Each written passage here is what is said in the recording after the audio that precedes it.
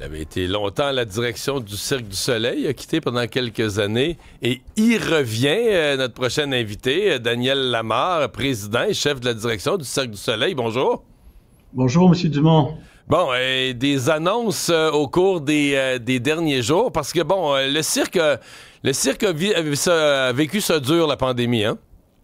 Ah, c'était horrible pour nous, évidemment. Du jour au lendemain, en 48 heures, devons fermer tous nos spectacles à l'époque, donc plus de revenus. Et on a réussi, c'est la bonne nouvelle, à émerger de ça. Et aujourd'hui, ce soir, il y aura 38 spectacles en présentation quelque part dans le monde. Est-ce qu'on a réussi à se sortir la tête de l'eau de la pandémie? Parce qu'il y a eu presque 600 personnes qui ont perdu leur poste. Il y a des spectacles qui ont été annulés, mais on pense à des spectacles peut-être un peu plus en résidence. On doit remanier, bref, la structure. Est-ce qu'on s'en sort une bonne fois pour toutes de la pandémie ou il reste des traces? Non, je pense qu'on s'en sort très, très bien. Vous parlez de certains emplois qui ont été perdus. Moi, j'aimerais vous parler de certains emplois qui ont été créés, parce qu'à chaque fois qu'on crée un nouveau spectacle, on crée 150 emplois. Et l'an dernier, on a ouvert à Hawaï. Cette année, au mois de novembre, on ouvre à Berlin. On va ouvrir également à Puerto Vallarta. Donc, ça veut dire, quand je viens de vous dire ça, je viens de vous dire qu'on a créé 450 emplois au cours de la dernière année. Mais donc, vous dites, présentement, il y a 38 spectacles qui opèrent, là. Exactement, un peu partout à travers le monde. Alors, ça nous a ramené à une solidité financière et on veut continuer notre croissance en ayant de plus en plus de spectacles permanents dans les grandes villes à travers le monde. Qu'est-ce que ça fait, les spectacles permanents? C'est quoi la différence avec renouveler aux 2-3 ans, créer des nouvelles propositions? Ben, on veut maintenir les deux. On veut continuer à avoir plus de spectacles permanents. Et pour les spectacles de tournée, ce qu'on a réalisé, c'est qu'on peut se permettre de revenir plus qu'une fois avec le même spectacle dans certaines villes et aussi d'augmenter notre fréquence. Il faut se rappeler qu'il y a 10 ans, on venait dans le Vieux-Port une fois tous les 2-3 ans. Aujourd'hui, on est présent dans le Vieux-Port tous les ans. Et ça, on peut le faire en ramenant certains spectacles une deuxième fois et ça fonctionne extrêmement bien. Et comme vous le savez, lorsqu'on est dans le Vieux-Port, ben, les restaurateurs, les hôteliers en profitent et ça amène une nouvelle approche financière qui est gagnant-gagnant pour tout le monde. Puisque vous en parlez de revenir dans le Vieux-Port avec un spectacle qui a déjà existé, c'est ce que vous allez faire l'été prochain, là? C'est ce qu'on va faire avec ECHO.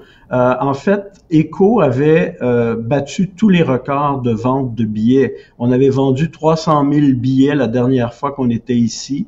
Donc, fiers de ce succès, on s'est dit que c'était une bonne idée de le ramener. Et ce que je dois dire aussi, c'est que après cet été, on va produire et créer un nouveau spectacle. Donc, en 2027, on va lancer à Montréal un nouveau spectacle de tournée. Parce qu'il faut se rappeler que tous les nouveaux spectacles de tournée, la première mondiale a lieu ici, à Montréal, au Vieux-Port. Et quand vous ramenez, par exemple, ECHO, c'est qui? Parce que vous avez sûrement fait des études de clientèle ici et ailleurs. Est-ce que c'est de nouvelles personnes? Vous dites 300 000 qui l'ont vu. Avec 300 000 au prix du billet, c'est pas tout le monde peut se le permettre. C'est quand même beaucoup de monde. Est-ce que c'est les mêmes personnes qui retournent, qui ont aimé le spectacle, qui 2 ans, 3 ans après sont prêts à le revoir? Ou est-ce que c'est des nouvelles clientèles qui l'avaient pas encore vu? Ben, c'est un mix des deux, mais je vous dirais que le taux de gens qui reviennent est très élevé. Juste pour vous donner un exemple, à Las Vegas, le spectacle Mystère est là depuis 30 ans. Je viens de le renouveler pour un autre 10 ans. À tous les jours, quand on voit les gens qui viennent à Mystère, 70% des gens qui viennent voir Mystère l'ont déjà vu auparavant. Donc, les gens quittent le spectacle. Il y a tellement de choses qui se passent en même temps dans un spectacle du Cirque du Soleil que les gens se disent « j'ai l'impression de ne pas avoir tout vu et je veux revoir le spectacle ». Et ça, c'est un phénomène qu'on voit dans l'ensemble de nos spectacles. Comment on renouvelle l'art de cirque? Parce que quand on va voir un spectacle, les attentes sont élevées. Pour la plupart, on en a vu. On a vu des acrobaties. Comment on le renouvelle, cette expérience-là, en 2025? C'est une très bonne question parce que c'est notre plus gros défi.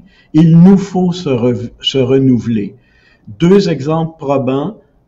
À Berlin, le spectacle va être un spectacle d'acromagie, c'est-à-dire un mix de la magie et de l'acrobatie. Donc, un artiste va lancer l'autre artiste dans les airs et soudainement, l'artiste va disparaître. Donc, il y aura beaucoup d'illusions spectaculaires. À Puerto Vallarta, les performances auront lieu à l'intérieur d'un aquarium de 360 degrés et les performances vont avoir lieu dans l'aquarium et sur l'estrade en même temps, sur la scène en même temps. Donc, c'est des façons de renouveler notre approche créative et ça, comme vous l'avez dit, on n'a pas le choix. Il nous faut se renouveler pour amener des nouvelles technologies, des nouvelles performances, pour surprendre les gens et ça demeure notre plus gros défi. Heureux. Je pense que tout le monde est heureux d'entendre des bonnes nouvelles quand vous nous parlez de solidité financière, etc. C'est ce qu'on espérait parce que je pense qu'il y a un point quand même où... on a eu peur. On a eu peur, ouais. On a été inquiets. Puis je comprends bien que du jour au lendemain, quand tu as des billets de vendus, des employés à payer, des chèques à sortir, payer tes employés, puis tout à coup, les revenus arrêtent de rentrer du jour au lendemain. On imagine la tragédie qu'ont vécu à plus petite échelle des restaurateurs, plein de monde. Mais quand tu es présent sur tous les continents, c'est une méchante mésaventure. Même dans la relais, parce qu'il y a encore des athlètes qui vont dans les écoles. Quand tu vois ça avec la pandémie, le recrutement des athlètes. Mais l'art du cirque va toujours bien. Ça va toujours bien. Puis comme vous le dites, la pandémie, ça a été pour moi l'expérience la plus pénible de ma vie, mais le retour de nos spectacles est probablement l'expérience la plus réjouissante pour moi. Est-ce que vous êtes à la tête du Cirque du Soleil encore pour plusieurs années?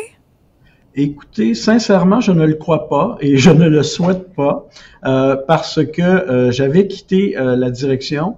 J'ai dû reprendre parce qu'on a perdu notre président, mais c'était entendu avec le conseil d'administration. Moi, ce que j'aime faire, c'est ce que je faisais avec notre nouveau président, c'est-à-dire le développement des affaires, donc d'être membre du conseil, de travailler à temps plein, mais de laisser les opérations quotidiennes à quelqu'un d'autre.